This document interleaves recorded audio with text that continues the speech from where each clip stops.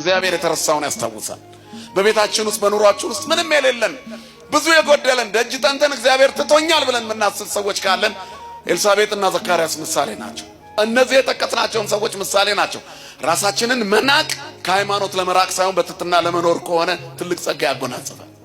በማጣታቸው ምክንያት እግዚአብሔር የሚሰማቸው ያልመሰላቸው ሰዎች ይኖራሉ። አንድ ቀን ይሰማኛል በሚል ተስፋ ውስጥ ግን እግዚአብሔርን ተስፋ አድርገው መኖር አለባቸው። ዳዊት ወተሰፋው ለእግዚአብሔር ተአገሰ ወአጽንዕ ልበከ ይላል።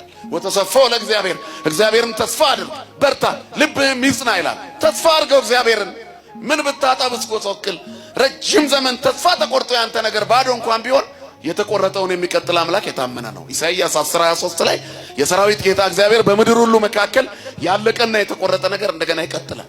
እግዚአብሔር ይችላል፣ ስሙ የተመሰገነ ይሁን። ስለዚህ ለሚችለው ለእግዚአብሔር ራሱን መስጠት መጠበቅ ነው።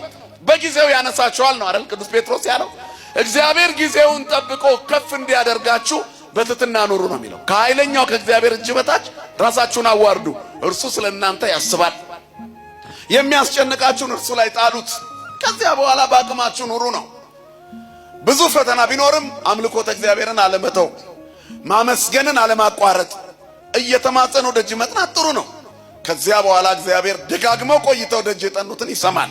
መዝሙረኛውም ጸኒሐ ጸናዕክዎ ለእግዚአብሔር ሰምዓኒ ወተመይጠን፣ ቆይቼ ደጋግሜ እግዚአብሔርን ደጅ ጠናሁት ጆሮን ወደ እኔ ያዘነበለ ይላል። መድኃኔዓለም ይስማን ሁላችንን።